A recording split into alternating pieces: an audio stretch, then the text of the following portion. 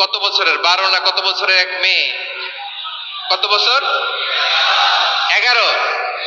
ওই দেখেন সব মুখস্থ দুষ্টগুলা, আর কিছু মুখস্থ না থাকলে এগুলো মুখস্থ। 11 বছরের, তারে কি বলবো, তরুণীও তো না, কিশোরী। এই কিশোরী ভালোবাসার টানে বাপ মা থুইয়া চলে গেছে কোথায়? দেখেন, ভালোবাসারে আল্লাহ 100 টুকরা করেছেন, 99 টুকরা ভালোবাসা আল্লাহ নিজের জন্য রেখেছেন, এক টুকরা আমাদের সবাইকে ভাগ করে দিয়েছে। যত পাখি আছে পৃথিবীতে, যত মাছ আছে, যত প্রাণী আছে, যত মানুষ আছে, যত জিন আছে, আমরা সবাই মিলে পেয়েছি ভালোবাসার কয় টুকরা? আর আরশে আজিমের অধিপতি আল্লাহ, তিনি তার কাছে ভালোবাসা রেখে দিয়েছেন কয় টুকরা? তাহলে এবার আওয়াজ করে বলেন, আল্লাহর রাগ বেশি নাকি দয়া বেশি? আল্লাহ তুমি দয়ার সাগর, রহমানুর রহিম, তোমার দয়ায় পূর্ণ আমার সারা নিশিদিন। সবাই পড়েন, আল্লাহ তুমি দয়ার সাগর, রহমানুর রহিম, তোমার দয়ায় পূর্ণ আমার সারা নিশিদিন। আল্লাহু আকবার। আল্লাহ বলেন, রাহমাতি ওয়াসিআত কুল্লা শাই, গোটা বিশ্বের সব জায়গায় আমি আল্লাহর রহমত বিস্তৃত, এমন কোন জায়গা নাই যেখানে আমি আল্লাহর রহমত নাই। ঠিক কিনা বলেন? এমন কোন জায়গা নাই আমি আল্লাহর রহমত নাই। আমি আল্লাহর রহমত ছাড়া গাছের একটা পাতা নড়ে না, আমি আল্লাহর দয়া রহমত ছাড়া গাছের একটা পাতা পড়ে না, আমি আল্লাহর দয়া রহমত ছাড়া আকাশ থেকে এক ফোঁটা বৃষ্টি ঝরে না। তিনি হলেন রহমান, তিনি হলেন রাহিম। ঠিক কিনা বলে? আল্লাহরে চিনতেছেন? আলোচনার বিষয় কি? আসুন আমাদের রবকে চিনি। তিনি হলেন আর রহমান, তিনি হলেন আর রাহিম। তার দয়ার কোনো শেষ নাই, তার মায়ার কোনো শেষ নাই। বনি ইসরাইলের এক লোক 500 বছর আল্লাহর ইবাদত করেছে। কয় বছর? কোথায় জানেন? সাগরের মাঝখানে এক পাহাড়, ওই পাহাড়ের উপরে বসে 500 বছর টানা আল্লাহর ইবাদত। দিনে আর রাতে একবার করে নিচে নামতেন।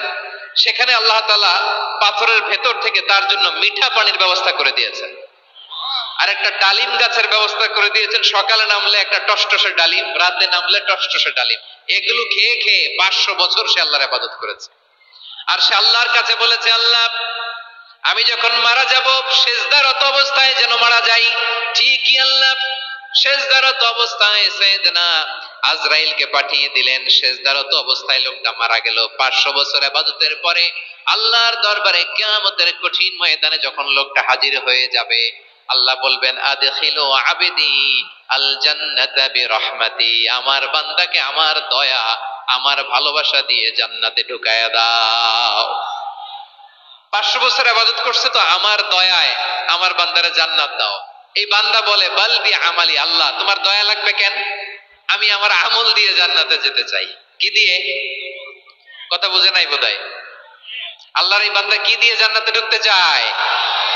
আমল দিয়ে। আল্লাহ বলছে, আমার দয়ায় আমার বান্দারা জান্নাতে নিয়ে যাও ফেরেশতারা। এ বলে, আল্লাহ তোমার দয়া লাগবে কেন? সেজদা তো কম দেই নাই, জিকির করতে করতে 500 বছর শেষ করে দিলাম, আবার তোমার দয়া লাগবে? আমি তো আমার আমলেই জান্নাতে যেতে পারি। আল্লাহ বলবেন, তাই ঠিক আছে, আমি চাইলাম দয়া দিয়ে জান্নাত দিব, তুমি চাইলে আমল দিয়ে ঢুকবা। ঠিক আছে, তোমার আমল আর আমার যে দয়া, দুইটার একটু মাপ দেই। তোমার 500 বছরের ইবাদত এক পাল্লায় রাখো।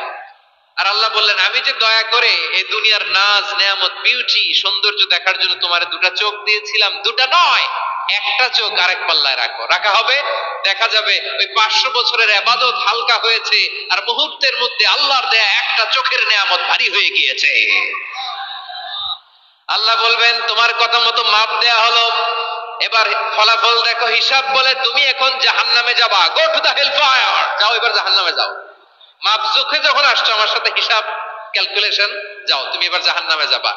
এবার লোকটা কাচুমাচু করে বলে, আল্লাহ আমি বুঝি নাই, আল্লাহ আমি বুঝতে পারি নাই, খেয়াল করি নাই, তুমি আমারে ক্ষমা করো, তুমি আমারে মাফ করো।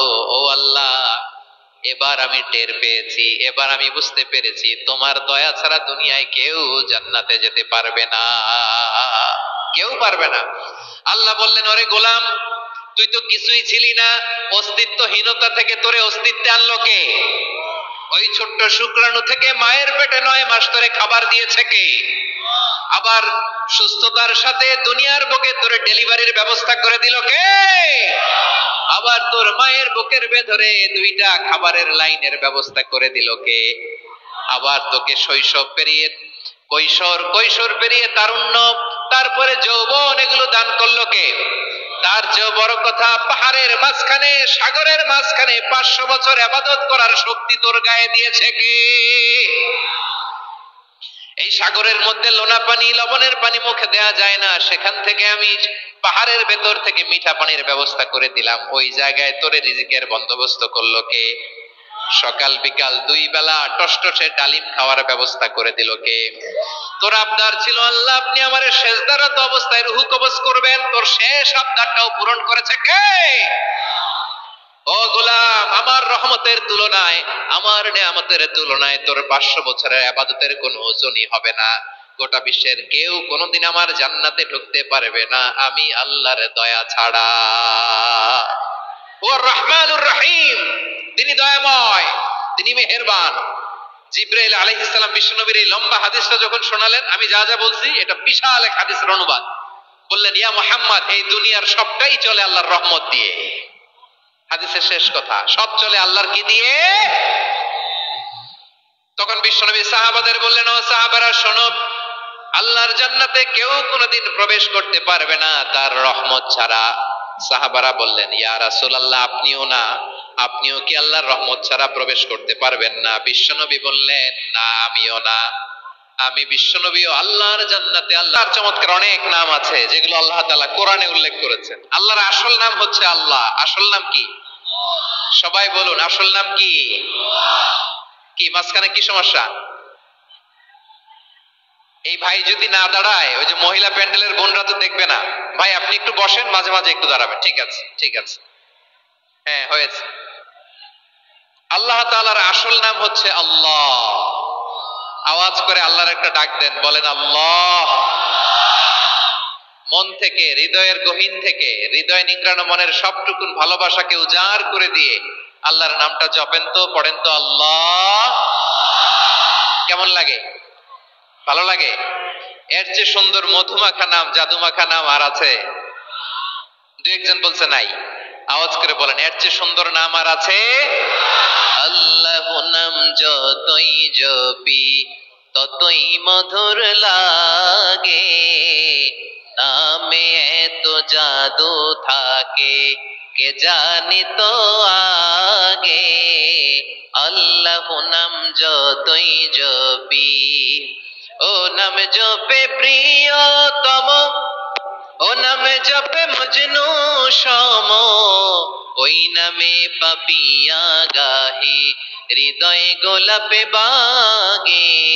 আল্লাহ নাম যতই জপি, আল্লাহু আকবার।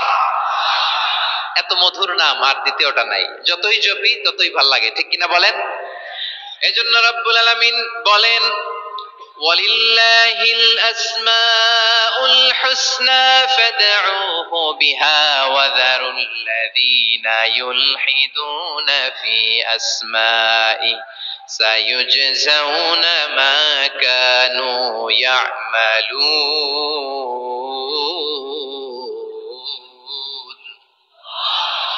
আল্লাহ বললেন, আমার অনেক সুন্দর সুন্দর নাম আছে, অনেকগুলো গুণবাচক সুন্দরতম নাম আছে। তোমরা এই নামগুলো ধরে আমি আল্লাহরে ডাকো, আর যারা আমি আল্লাহর নামের বিকৃতি ঘটায় তাদেরকে তোমরা বর্জন করো।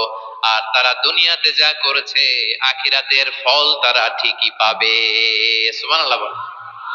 আল্লাহর অনেক সুন্দর সুন্দর নাম আছে, এগুলো ধরে ডাকতে বলা হয়েছে। আর যারা আল্লাহর নামের বিকৃতি করে তাদেরকে বর্জন করতে বলা হয়েছে। আপনি আল্লাহর নামের জিকির যখন করবেন, আপনি আমার আল্লাহর নামের বিকৃতি করতে পারবেন? বারোয়াখালীর ভাইরা বুঝে থাকলে আওয়াজ দেন, আল্লাহর নামের বিকৃতি করা যাবে? আপনি যখন জিকির করবেন স্পষ্ট শব্দে আল্লাহর নামটা বোঝা যেতে হবে। সুবহানাল্লাহ, ওয়ালহামদুলিল্লাহ, লা ইলাহা ইল্লাল্লাহ, আল্লাহু আকবার। একসাথে মিলিয়ে করেন অথবা আলাদা আলাদা করেন, অথবা শুধু আল্লাহ আল্লাহ এই নামের জিকিরও যদি করেন স্পষ্ট বোঝা যাইতে হবে। আল্লাহর নামের বিকৃতি করা যাবে, কিন্তু আল্লাহর নামের বিকৃতি করে জিকির এদেশে আছে না নাই? আছে। দেখবেন জিকিরের মধ্যে হুই হুই হুই হুই হুই এরকম করতেছে। আছে না নাই? সবাই মিলে লাফাচ্ছে, দফাচ্ছে, মাথা ঝুলাচ্ছে, আর কি কি যেন বলে, ওইটার মধ্যে আমি আল্লাহর নাম খুঁজে পাই না, এরকম আছে না নাই? হ্যাঁ, হই হই করে কিম্ভূত কিমাকার অদ্ভুত আওয়াজ করে তারা জিকির করে, সেখানে আল্লাহর নাম নাই। এই জিকির আল্লাহর কাছে গ্রহণযোগ্য হবে? আল্লাহ বলেন ওয়াযারুল্লাযীনা ইউলহিদুনা ফি আসমাইহি, খবরদার আমার নামের যারা বিকৃতি ঘটায় তাদেরকে তোমরা বর্জন করো। এজন্য জিকির যখন করব সুস্পষ্ট ভাবে আল্লাহ তাআলার নাম সেখানে থাকতে হবে, ঠিক কিনা বলেন?